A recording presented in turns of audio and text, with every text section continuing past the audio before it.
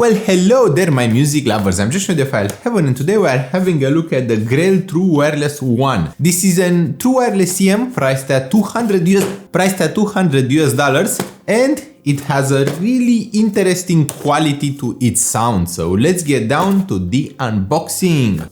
The Grell True Wireless 1 is actually designed by Axel Grell, and you should know this name, or at least you should have heard it at least once. He is a famous engineer who worked for Sennheiser and who helped them design many of their very popular headphones. So why is he making True Wireless IEMs now? We should find out this, because this one True Wireless IEM may be the one to end them all.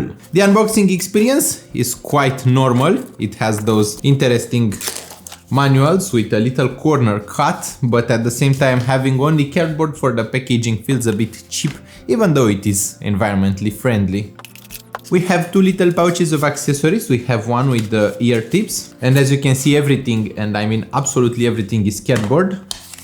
The tips include both silicone and foam tips. And we have one charging cable. There is no reason to include a data cable since this is a True Wireless IEM and the data cable wouldn't really help them with anything.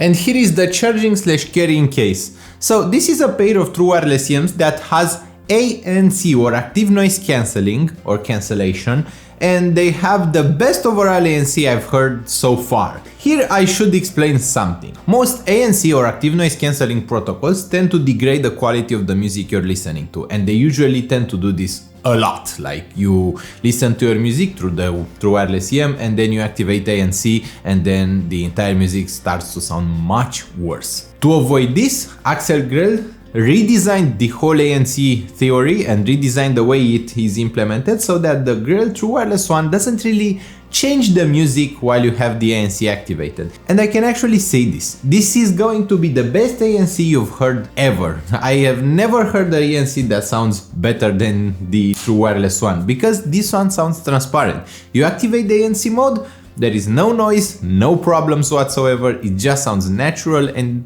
music just sounds like it sounded before you activated the ANC. They also have a pass-through mode. The pass-through mode basically enables music to play combined with the environmental noise that is going on around you. You could actually consider those to be a hearing aid if you turn them very loud and enable the pass-through mode, but the pass-through mode has a background noise like a hissing that is constant and happens all the time. That is probably the self noise of the microphone inside the True Wireless 1. That being said, the whole quality of the True Wireless 1 is quite good, and I would actually recommend those for taking important calls or using them for business. They actually sound very good during call. The person on the other end was able to hear me very clearly with no background noise, even if I was outside, although they did say that at times my voice came out just very slightly skewed, so that may be actually solved with a future update. The charging/carrying case holds 4 charges for them, and they have 1 charge, so there are 5 charge cycles in total, and I was able to get a very good battery life out of the True Wireless 1. They are one of the best IEMs when it comes to their battery life. I was able to get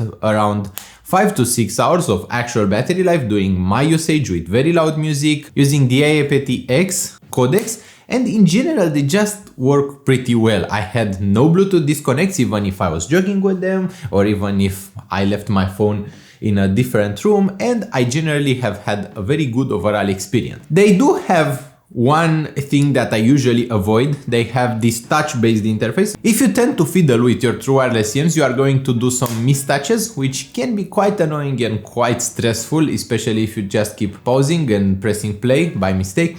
But the True Wireless 1 has the best overall mistouch rejection I've heard. So usually if I am just wiggling them around, they tend to reject my touches, and then if I want to touch, they tend to recognize that. I have no idea how that works. The charging/carrying case uses a Type-C port, and it takes quite a while to charge. In my experience, it took about 2 hours to fully charge, which it can be quite a bit. But for those 2 hours, you charge them for about 5 total cycles. So the IEMs get 1 charge cycle and the case has 4 more, which means that you get quite a bit of battery life from them. So yeah, not quite that bad. You just need to remember to plug them in every now and then. As you can see, it is quite well made. You can actually jiggle with it a bit. The True Wireless 1 tends to have a very interesting sound. And we are all here for the sound, since this is Axel Grell and this is made by ex-Sennheiser engineers and they wanted to create a very high quality True Wireless EM. The sound of the True Wireless One is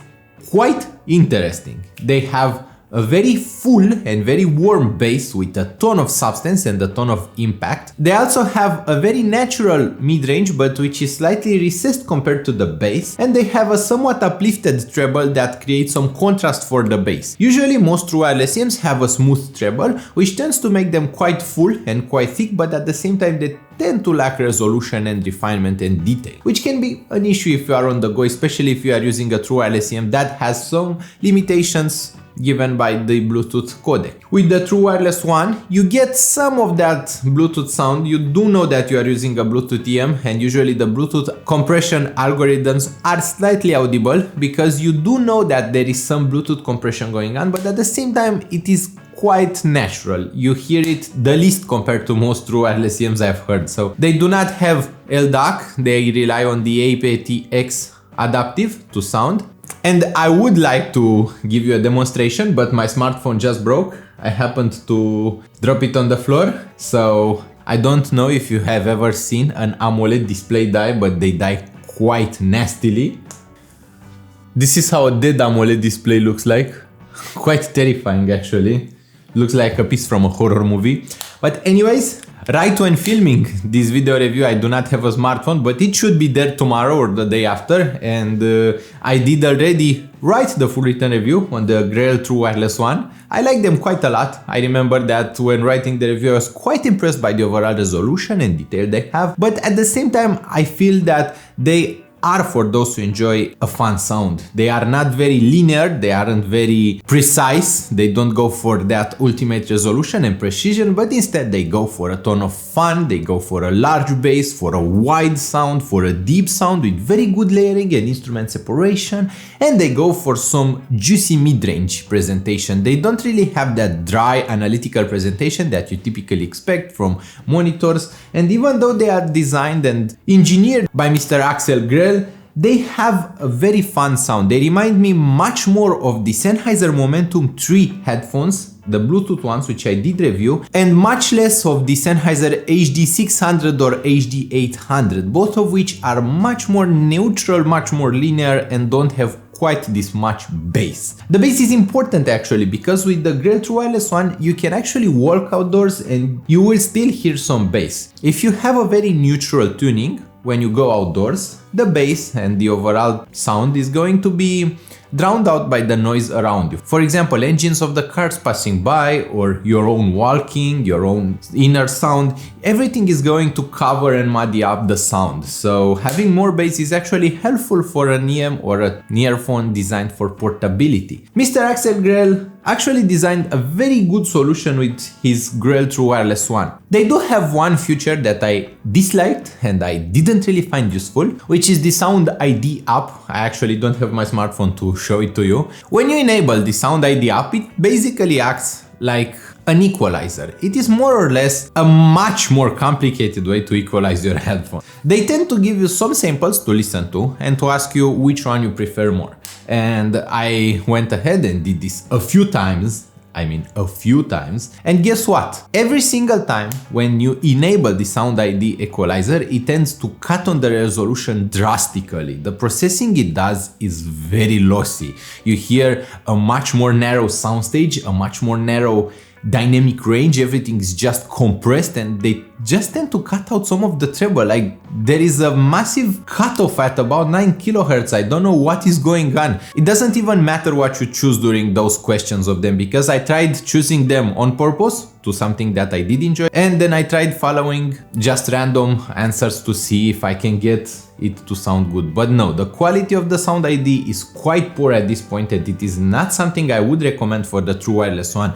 I would recommend you to just enjoy them as they come, or use the equalizer in the music application you are using. I do not recommend using the Sound ID app if you want to equalize them. But even if you want to equalize them, what are you going to equalize? That's a very important question, because they already have a pretty full and pretty tasty bass. They have a pretty juicy mid-range that doesn't really have much of a coloration. They don't really need equalizing in that mid-range. And the the treble is actually pretty fun. It is a bit sparkly, but I never felt that it is fatiguing. It is pretty natural and pretty fun. I don't think you will need equalizer to get rid of the treble. So the Sound ID app usually just tries to emphasize the bass to make it even fuller, to give them an even darker overall sound, and that just doesn't work so well for the Grell True Wireless one.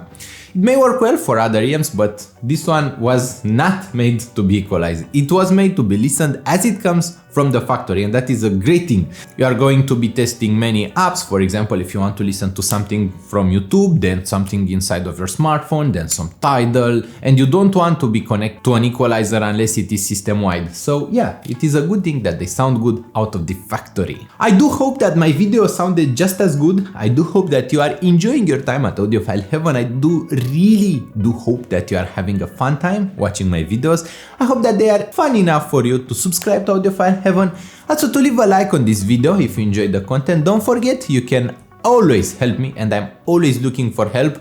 As you can see, misfortune hit me when my smartphone cracked, so that is going to be a cost that I did not expect, and yeah, it just fell from half a meter onto my bathroom floor, and that was it. It was done. It was absolutely done. What was I doing with it? I was going to wash my face to get ready to film some video reviews. So I do hope that you keep rocking out there. Don't forget, use a case for your smartphone. Take care of your electronics. Don't let them drop because they are quite sensitive. Also, you are sensitive, so I do hope that you have the best weeks out there. And don't forget, whatever this week throws at you, you are going to handle it and you are going to own it. Hope to see you soon. Bye bye.